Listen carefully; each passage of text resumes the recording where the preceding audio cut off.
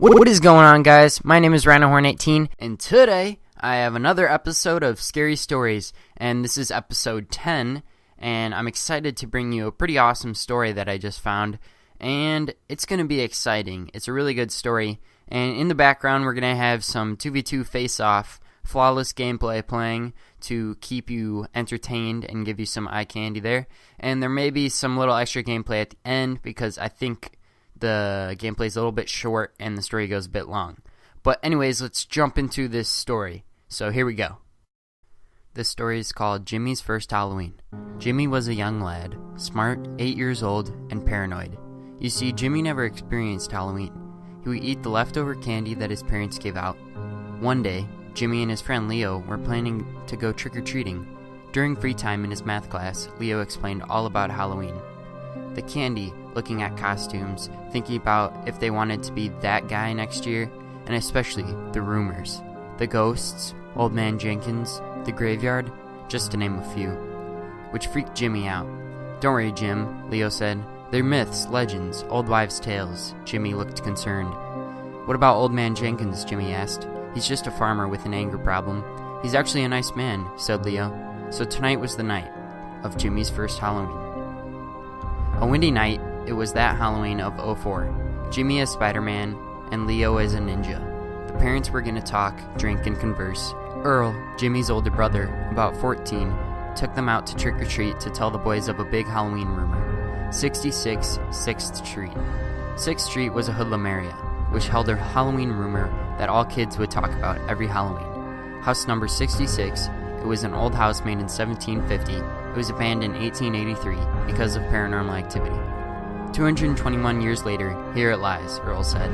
More paranormal activity than back then. Want to go in? They had some candy just in case they got hungry, and Earl brought some water and Coke Zero in case they were thirsty. They walked in. It had a cold, empty feel to it. Whispers of past lives could be heard down the hall. The boys were shivering from head to toe. "Hey, what's that?" Earl said. "Ah!" Both of the kids yelled. Earl rolled on the floor laughing hysterically, until the door slammed shut. Earl was paralyzed. A breath of cold air went on Jimmy's neck. "Okay, Earl, enough with the jokes, we get it," said Jimmy. Help me," as Earl was slowly being paralyzed up to his nose. He couldn't talk, but he could still breathe. Leo turned around and started to cry. Earl was slowly dying. He could tell. The rumor was if you were paralyzed in this house, you would be able to breathe, but as soon as they fall asleep, they died. "Come on, Jim," Leo said. Earl said he would stay behind us, so they went. They took some candy and some soda and left the rest for Earl, not knowing that 42% was about to be wasted. They turned to the left hall. They saw a figure, a woman's figure. Her outline was a light blue.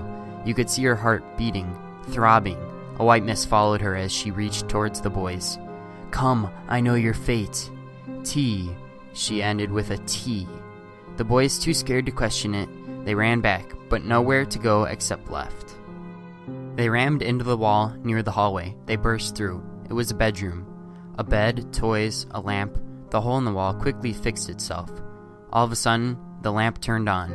The lamp had all sorts of shapes, like a horse, stars, circles, and other things.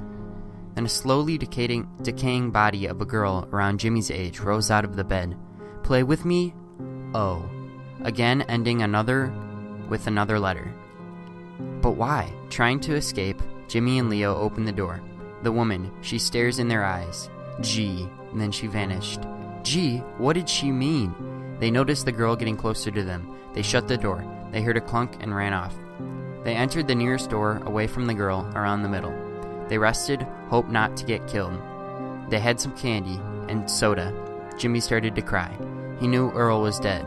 He gets tired easily. He started to worry about his family, his mom, his grandparents, and his dad. His dad was a ghost hunter and also died in this house. He realized this was the room that he got killed in. He had no clue what to do. Leo tried to comfort him. "I knew I shouldn't have came. I hate Halloween." "You," Jimmy said. "What did I do?" Leo asked. You tricked into going to Halloween," Jimmy replied. "Yeah, but I never wanted to come here either. I knew the rumors. I didn't want to come." Leo started to burst in tears. "Don't cry, little boy," a voice whispered. "Have a lollipop." A lollipop was passed down from dark shadow. To Jimmy. "We know your father," said the whisper. "He was a very nice man." "Don't eat the lollipop," said Leo. "Why?" asked Jimmy. "Just don't, okay?" Leo said. "Okay," Jimmy said. He looked at the wrapper. "E," it said. "E? H," the whisper said as Leo started to bleed. "What's wrong?" Jimmy asked. All of a sudden, the whisper turned into a very demonic scream. "Die, mortals!" E was written with blood on Leo. R was written in blood on Jimmy. The next day, the newscast was there to do the show. The parents of the victims paid to make them leave, but in Earl's, Leo's, and Jimmy's honor, wind chimes were made, a special kind that has a certain melody to it. So if you bought wind chimes and that have a weird sound to them, know this: Jimmy will be there, together. Alright, so that concludes the story. That was a pretty awesome story, one of my favorites in my opinion. I wouldn't say necessarily the scariest, but it was pretty entertaining and I really liked it. Because I've wanted to like go out and go into like a haunted house for a really long time. An actual haunted house, not one of the ones that they have actors in and stuff, but those are still fun.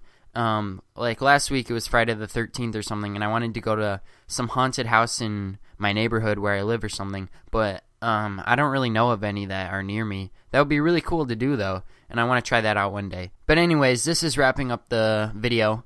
So if you could please leave a like and maybe even a favorite if this story entertained you, that would help me out so much because it shares on your news feed and all your friends will see that and they'll come over and check out this awesome story. And also go check out the other videos, other scary stories if you haven't seen them already. There's a whole playlist full of them. Alright, well thanks for watching guys. I'll see you next time. Peace out.